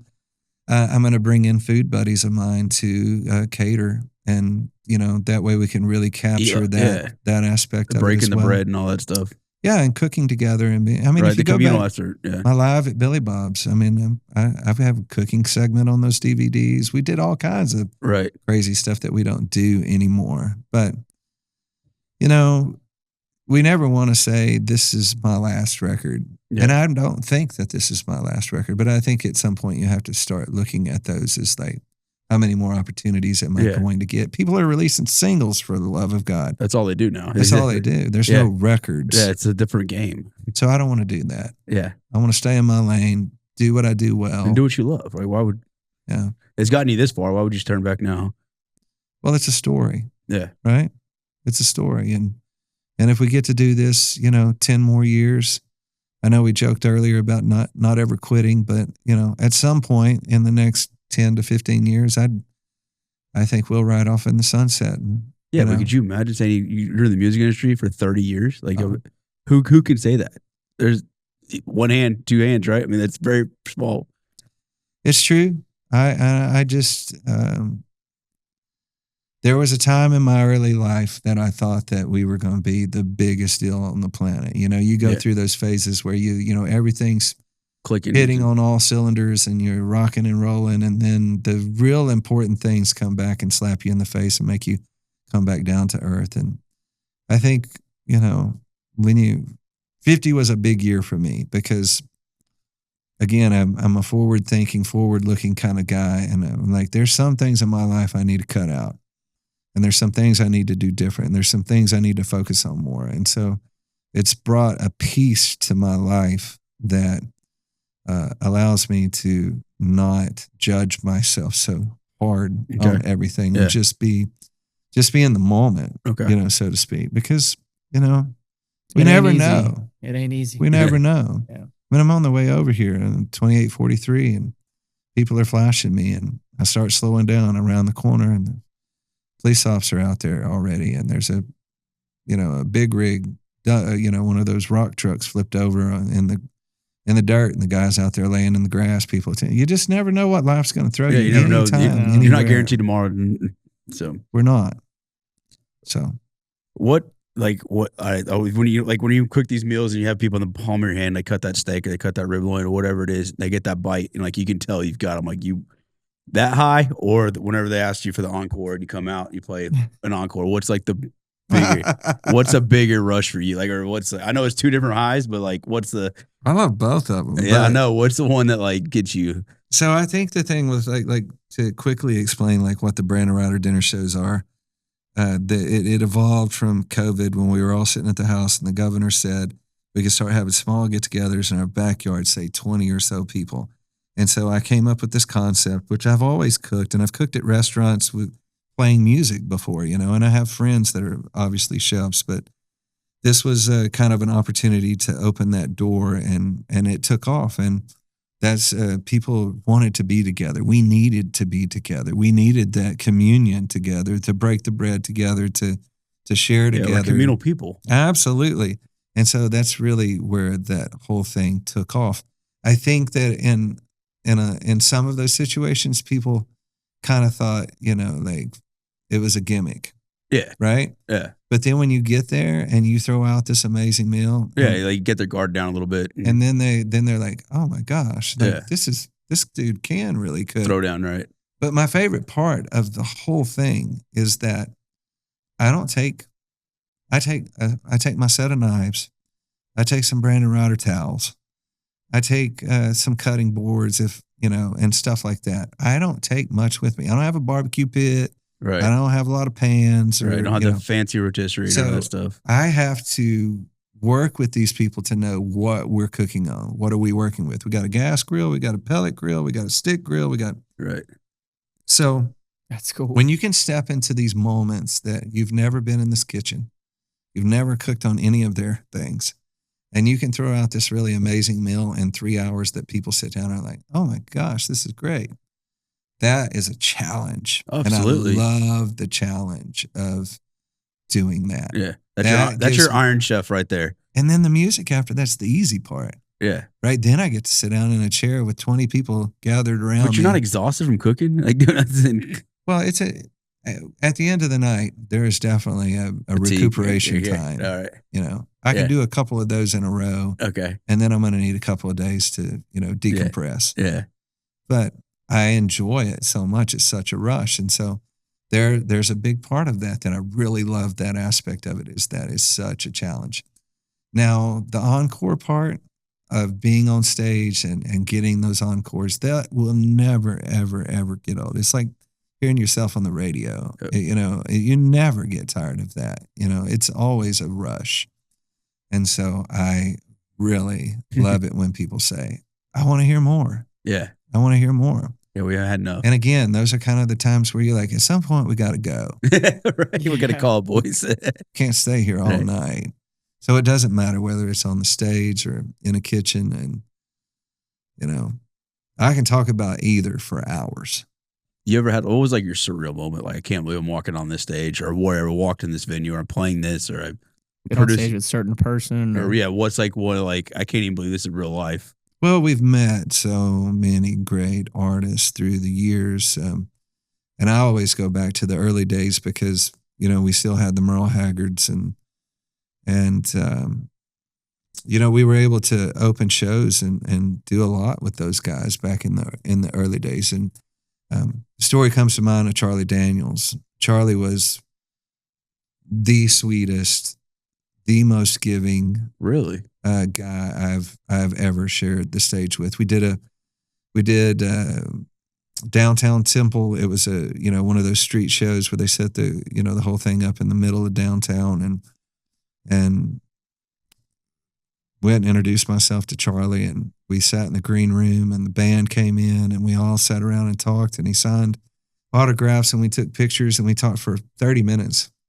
And then after we played, they got on stage, and we got to sit right on the edge of the stage and watch those boys break it down like it was 1980. Really? You still had it? They were so freaking good, But just, those guys were the ones that really, really treated us the best. It was the newer artists it's always Nashville artists. They were like, look down their noses at you because you were Texas music. That was kind of like a stigma, right? The Nashville guys were sitting but y'all came with your own following. Like everyone, when I talk to because I got friends in Nashville now that do that stuff too.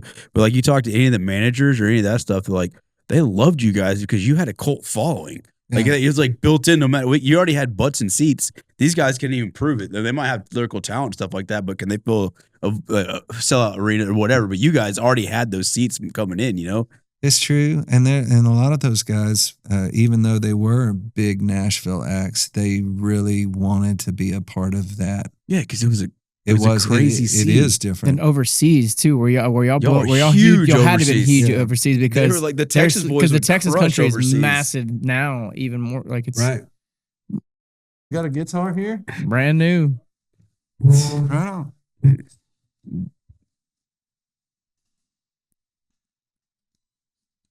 The acoustics in here are surprisingly well. We found out last week.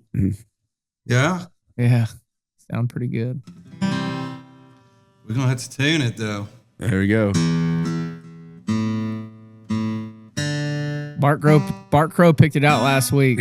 So if it's blame it on Bart if it's messed up. I tried to get some good Bart stories from you out of Bart. He said you were awesome. He said y'all cut your teeth together and y'all ran around together, but y'all were like the people. Y'all would drink and then go to bed. Y'all wouldn't do nothing too crazy. I kept trying to get a good story out of him, but he wouldn't sell you out. Well, we didn't. Like we were wild, but gosh, it just took so much to operate. That's what he said. So y'all were in the grind of the game. Like y'all were like, wait, we're gonna be playing tomorrow. We gotta get this going. It wasn't just that you were playing tomorrow. It was that you'd wake up the next day and you'd be in another town and there'd be radio at 8:30 in the morning. Oh yeah, I forgot. And then like every day was. Could you for people to understand because our genre, people don't understand like what radio was back in the day, like what you had to do. You had to pay your dues, right? So like, what would be like a weekend, like a run for you on the weekend? Like how would it go? Radio is always involved. I mean, that's our biggest way of advertising. So we're leaving Thursday or leaving Friday? What was usually? Most of the time we were leaving Thursday, but there were times in those early days where we played 18 shows in a month. Oh, yeah. I mean, I mean, you got to add those numbers up to get to the 175 kind of realm that we were doing. Yeah. So we were gone a lot. And a lot of those, like if you had a day off, then you were routing that with radio. Right. So that you could stop by this station and that station and that station. Why was radio so important back then? Because a lot of kids nowadays don't even realize, because they don't listen to terrestrial radio. They don't even know that it was like not a gatekeeper, but it was like how everybody heard their music. Like if you like a new cut from you would come out, we'd hear, on KVET or whatever, who was playing Texas Country at a Texas Country like hour or whatever, and you would just tune in for that hour just so you could catch the new bangers coming out. It was the only way to really be heard. I mean, it was the only way. So, again, we didn't have like our records for sale at all these great places. And in the early days, we weren't in Walmart, even though later we were able to be in some of those places. But you had to be heard. And the only way to be heard a lot of times was to go get on these radio stations, sit in front of the DJs, talk, sing, get your music out there. That was kind of the grind. And we needed them probably more than they needed us, really. I mean, we needed that because we weren't being pushed by a major label. We didn't have a whole lot of money behind us. We were grinding. And so, like I said, we might have a day off, but in that day off, we had 3 different radio stops that we were doing along the way. And a lot of times that included, some type of lunch, where you went out to lunch and that whole 9 yards. So it was. And then you had to play too. Like you play a couple songs for them too. Oh yeah. So your vocal was constantly just using your vocals, like just. And then on top of that, a lot of times, especially during the lunch hour, they would have, people win, tickets to come win in tickets. and That's be what a I'm saying. part. Like you'd have to come in and like dance monkey. Like, all right, they would like put you out in front of. There'd be like 30 people in front of you in a weird room, like no acoustics, and you had to play like a set or whatever. It's true. It was a much different beast, and then we would have to be friends like the disc jockeys, right, to get on plays too, right? yeah. I mean, that was the move. I mean, that's just the way it was. Like you had to like play your dues. You didn't want to make them mad. Yeah, because you couldn't. And the problem is those guys want to go party and go do stuff because Brady's coming to town. We'll go hang out with him. And then like you're like, I gotta go drink with that dude because if I don't, he's not gonna play my song. Not saying it worked like that, but that's how it was, right? It is. It was. And it was, right? This thing's out of tune.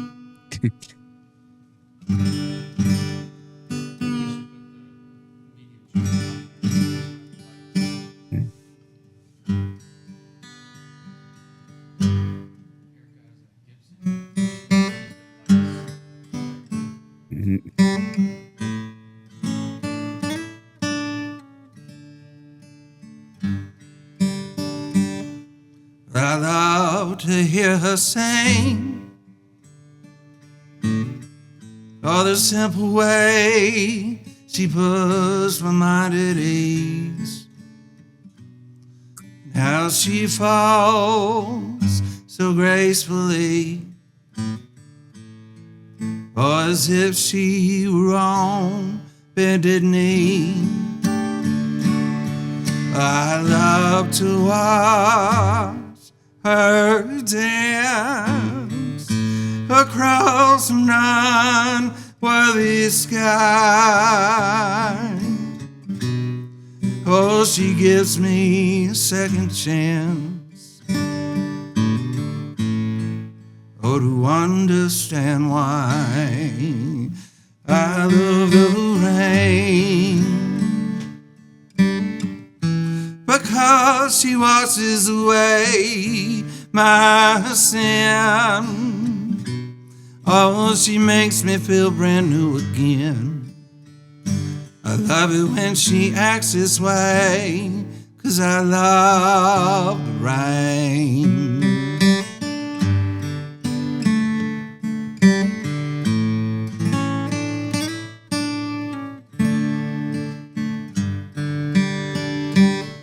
Oh, she reminds me of a woman I knew.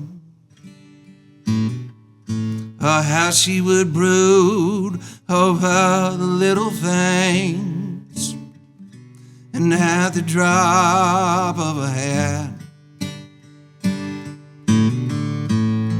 oh, her anger would turn to rage. Oh, but then just as quickly, oh, she becomes a lady again, with all the curves that a man desires, with her long blonde flowing hair. I love the rain because she washes away my sin. I swear she makes me feel brand new again. I love it when she acts this way, 'cause I love the rain. Oh, I love the rain because she washes away my pain. Oh, some days I swear she drives me insane. I love her anyway, 'cause I love the rain. Oh, some days I swear she drives me insane. I love it when she acts this way, 'cause I love the rain.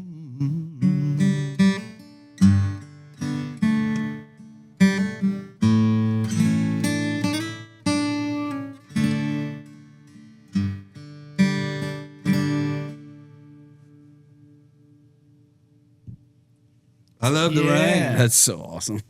Sick, So dude. I can just belt it out like it's nothing. I haven't played that song in a while.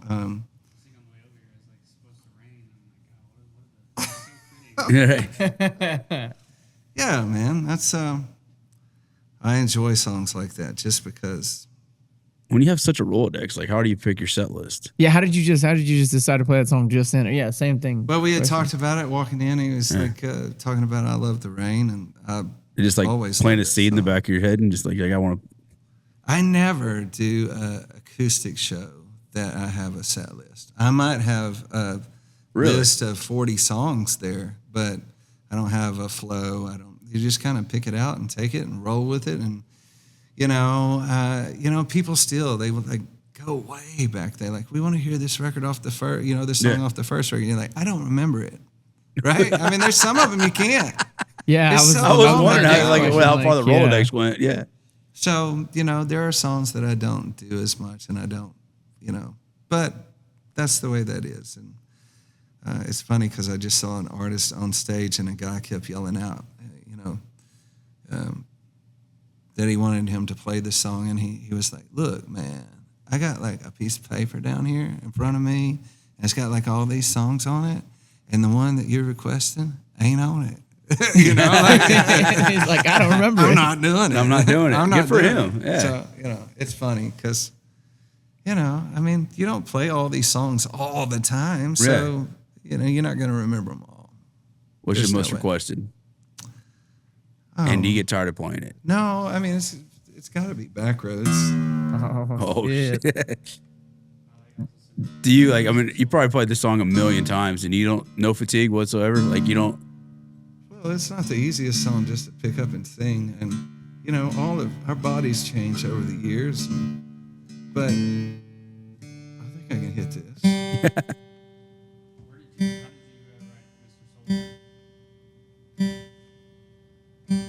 Mr. Soldier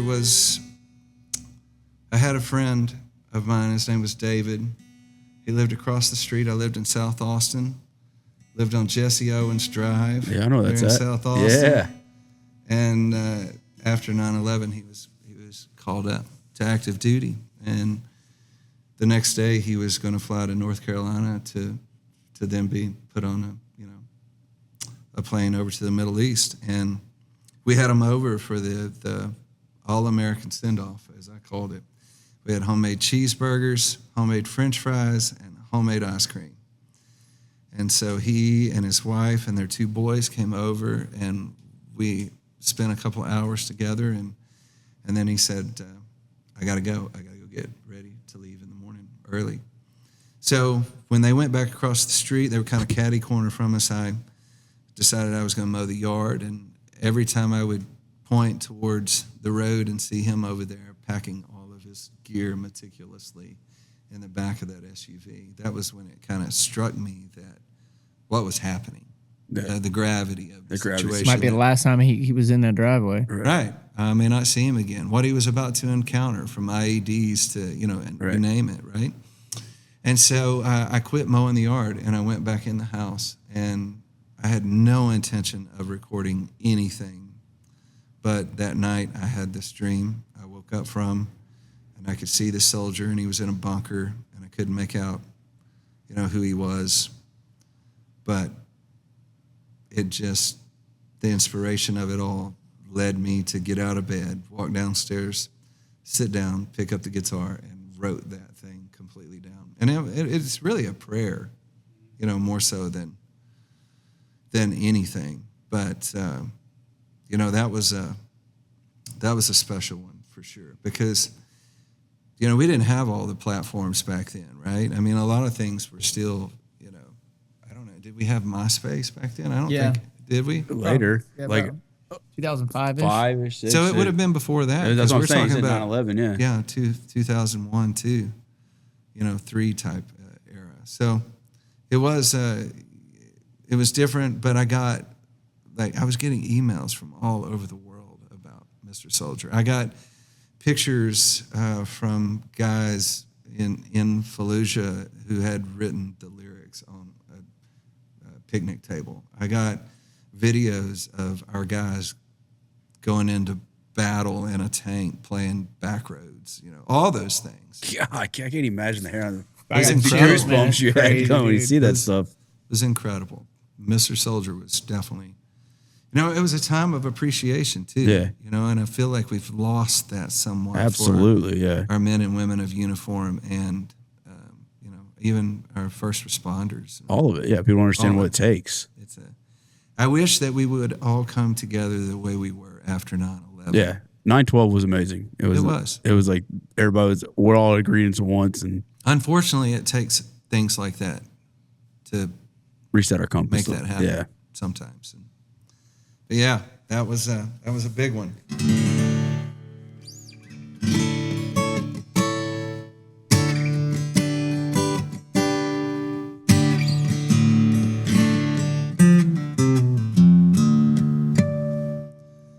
Oh, the back roads of this county cross like the laces on my boots. I've been running them down since I was able to. I left home at 19, so I was never going back. On nights like this, I wish that's where I was at. So poking down a blacktop, cutting tires on the white rock. There's a party on a dead-end road. Oh, it's hoping that the cops don't show. Oh, somebody is looking for a fight. It's gonna be that kind of night. When I get too far from home, I go find me a back road, baby. You and me, baby.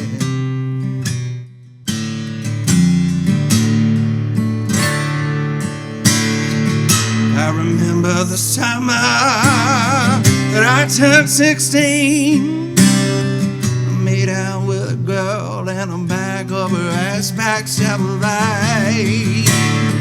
And I drank my first beer. Oh, what? That was my first time to see the other side. So poking down a blacktop, cutting tires on a white rock. There's a party on a dead-end road. Oh, it's hoping that the cops don't show. Oh, somebody's looking for a fight. It's gonna be that kind of night. When I get too far from home, I go find me a back road.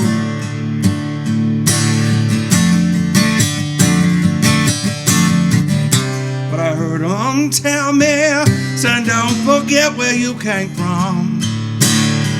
And I never have, and I still like to beat that drum.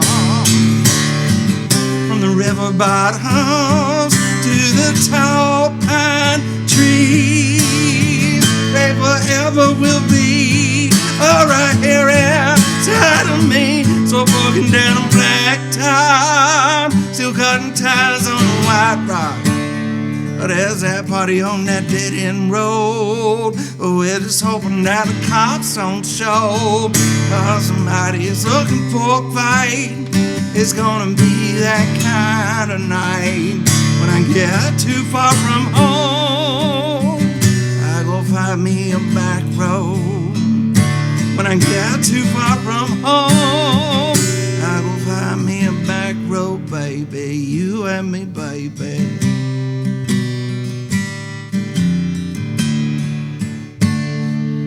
Oh, you see, my daddy, he took me hunting for the first time when I was 3. He taught me how to pay respect, and he taught me some gun safety. And I started hunting all by myself for the age of 10. I didn't do it much, 'cause I loved hunting with him. Yeah, he would say, oh, good golly, man, sakes alive. Can you feel it down deep in your bones? The morning just right, and when it gets late, I will be bringing top her house. Ooh, good Lord willing, and a creek don't rise. I will be having chicken fried, oh, with sawmill gravy. My daddy'd say, come and get it, oh, 'cause that's how we live it.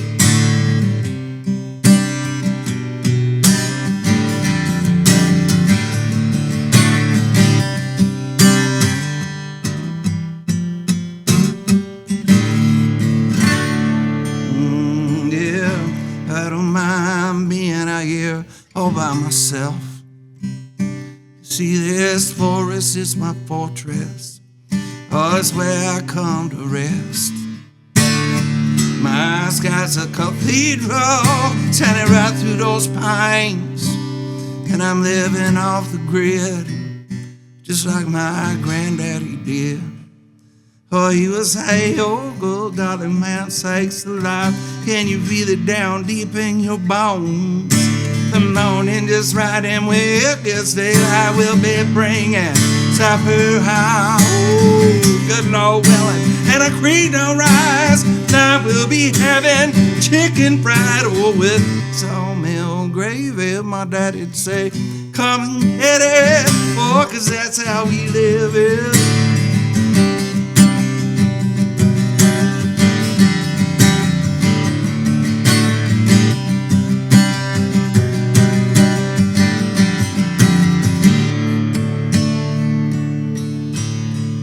Here I am again, and I'm on this other side.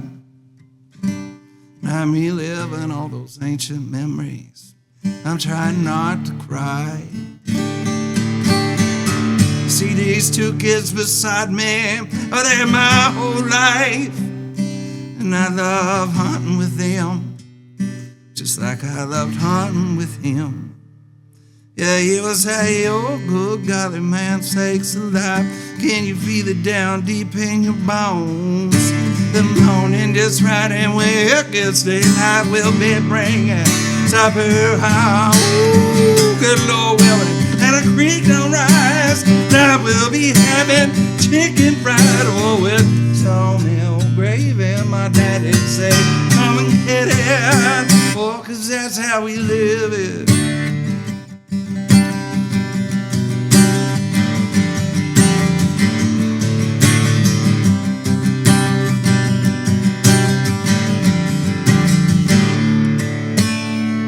Still poking down that blacktop, still cutting tires on the white rock. Still that party on that dead end road. We're just hoping that the cops don't show, 'cause somebody is looking for a fight.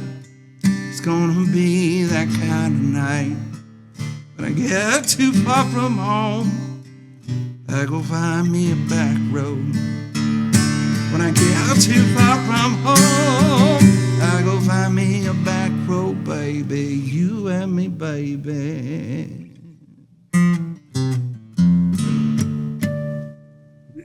Yeah. When did you write that part to it? It's a song that's off of, I don't know, it's been a few years since we put that song on a record, but I mean, I think it was all during that whole COVID thing, and so like records when we were doing that, we just kind of pushed them off the bow into the ocean. It felt like, but I love to include that hunting song in. Yeah, it's epic. That's it's right in the super feels, cool, man. Yeah. It's awesome. Yeah. I like that a lot. Well, I appreciate it. It's I love to write, and I love to write about the things that mean the most. And Yeah. I feel like what Conviction was is what this new record's going to be with respect to. It's just the other side. Yeah, it's a flip side of Conviction, like you said. It's the other side. Yeah, So it's a lot of fun. man, I'm so excited. I can't wait to hear it. Man. Yeah, man, it's gonna that be was epic. a pleasure, dude. Yeah. Thank y'all. Appreciate you making the trip all the way out here. For Yeah, that, man. thanks. Yeah. So you don't do many acoustic sets? Oh, yeah, I do. You do? Yeah. I was gonna say this is I know. way better. Just, No, I do a lot of it. I mean, in fact, most of what we do is like this type of setup. The dinner shows are this, yeah. you know, with 20 people gathered around. And You ever showed up and they just have like all I got's like a hibachi or something, like just something like you're like, all right, I'll figure it out, guys. You know what I mean? Like yeah. The Coleman Grill. like a little Will Coleman grill or something. You're like, hey, it's what it is. We'll make it work. Yeah. I mean, recently I did I'm not going to call him out because Yeah. he's pretty well known. He's got a company that they hired me to come out to his place and do a dinner show, and he had sent me a video of the rig that we were going to have out there because they hadn't built the house yet, so Yeah. there was no like kitchen and stuff. They had this fancy rig. Yeah, that they were fancy bringing like out. pit rig. Yeah, That's not what was there when I got there. It was no. that guy he didn't deliver, so to speak. And so what we had was, I mean, it was a barbecue pit. And so I actually, it was for a few more people than what we normally do. And so I brought my drummer along, who's also a great guitar player, and he was going to play with me that night, but he loves to cook as well.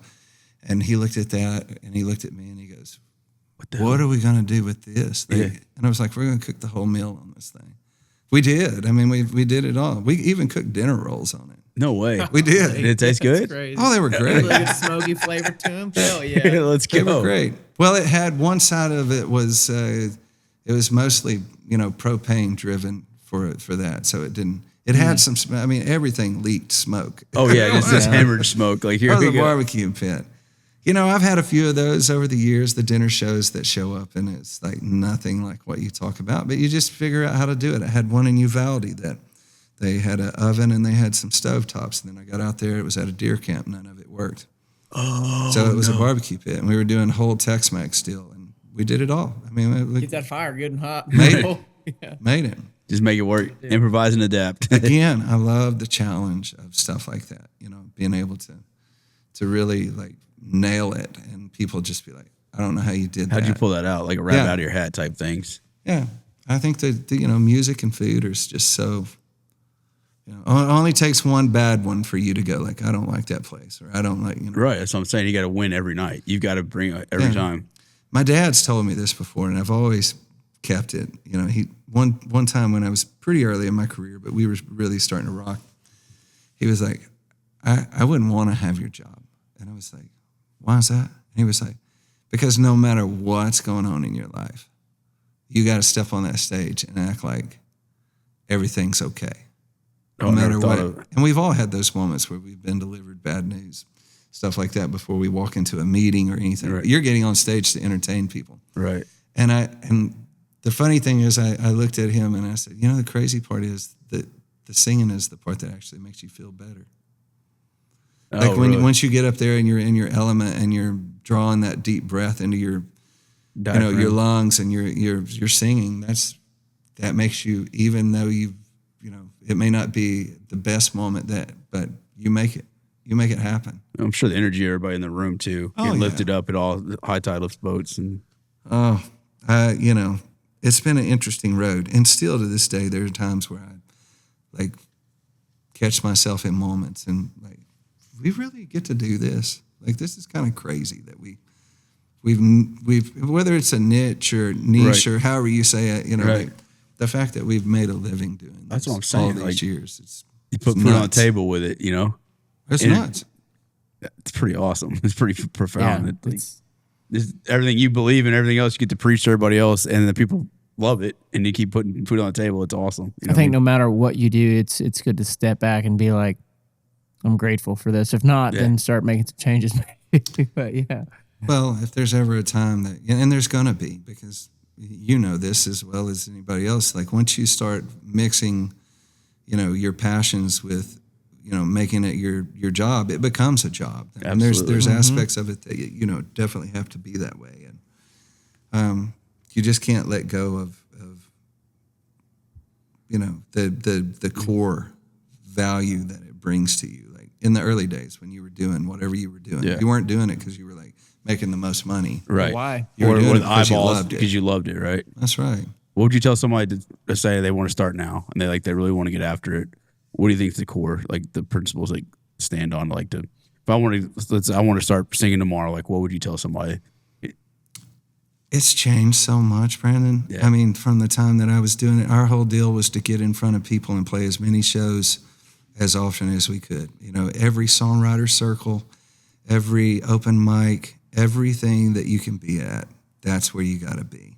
And there's still, you know, I think there's still a lot of around. truth to that. I think there's a lot of like getting the reps in, because I think a lot of people think they just want to get famous or they want to see the TikTok, but they don't realize the body of work that goes with it, right?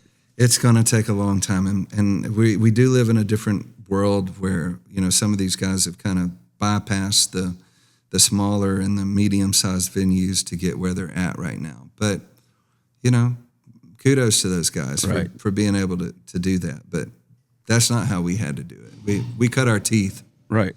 You know, on those long van trips with, you know, 6 people crammed in the van. Well, that's when you figure out you really loved it. Oh, yeah. Yeah, because you're in it for the love of the game at that point. It's easy whenever you're made big checks and you're in front of 10,000 people. Like, oh, yeah, I love this. What about whenever you're showing up for 15 people and there's supposed to be 100? You know what I mean? That type of stuff. You know, there's always the business side of things that, like, you know, I've had publishing deals. I've been in court over publishing deals. I mean, some of those things suck the life out of you, but it doesn't matter what business you're in. If you're successful, you're going to have people coming after you in different levels and different ways. And I'm grateful that I got through all of that stuff. I'm grateful that I got to be around when my kids were growing up, and, you know, to be at all the football games and volleyball and all that stuff. And now it's the flip side of it. And I can never go back and, you know, like recapture that 10 years, right? Yeah. So I'm grateful for what I've been given, what I've been able to do. I mean, I've had a storied career. I mean, we've put out, I don't know, 7, 8 full band records. We've put out 2 live records. We have a live at Billy Bob's. I mean, there's less than 100 artists who have ever been able to do that. You've checked every box. We've done, and it's been a great time. And the way I look at it these days is if I get to continue to do this, then I will, and if not, then we'll look at what's next. Yeah. You know? But I'm gonna soak it up. Your kids still think it's cool? You're like, Oh, absolutely. You know, and then you won. You know what I mean? Yeah. That's the win right there.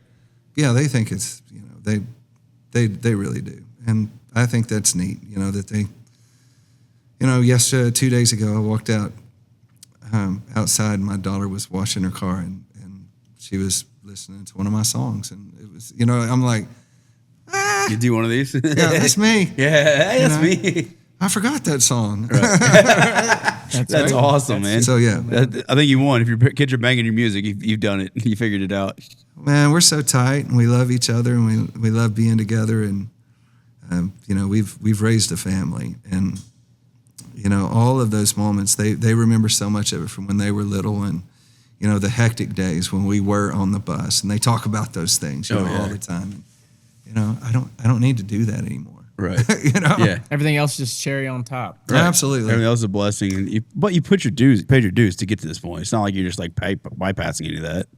Well, we're going to go make another full-length record. We're going to do it to the hilt. We're, you know, like I said, we're going to have a full-time video crew there. We're going to have, you know, people in the industry of chefs come cater this. We're going to take it to the next level. I think it's awesome. I can't wait to follow along. Go big, Yeah. you know, or go home. It's time to go big again. When do you think you hope to have it out?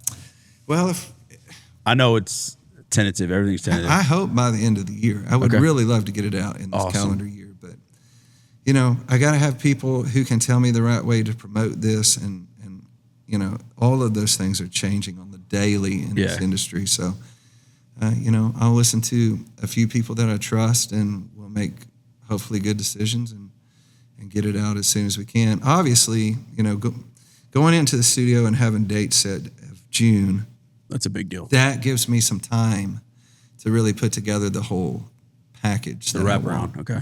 And you know, the players that are on it, I'm hand selecting every single one of these guys. Some of these guys have played with me in the past, you know, so it's going to be kind of like a family reunion again of sorts. And then to have Walt back at the helm and this iconic, beautiful space that we're going to get to do it in. I cannot wait to see what. You sound so stoked about it. I am. I mean, and like I said, I talked to Walt today, and he said the same thing. He's like, "Gosh, I just love hearing this excitement in your voice." I did too, man. It's awesome. Yeah, I can't wait. It's gonna be epic.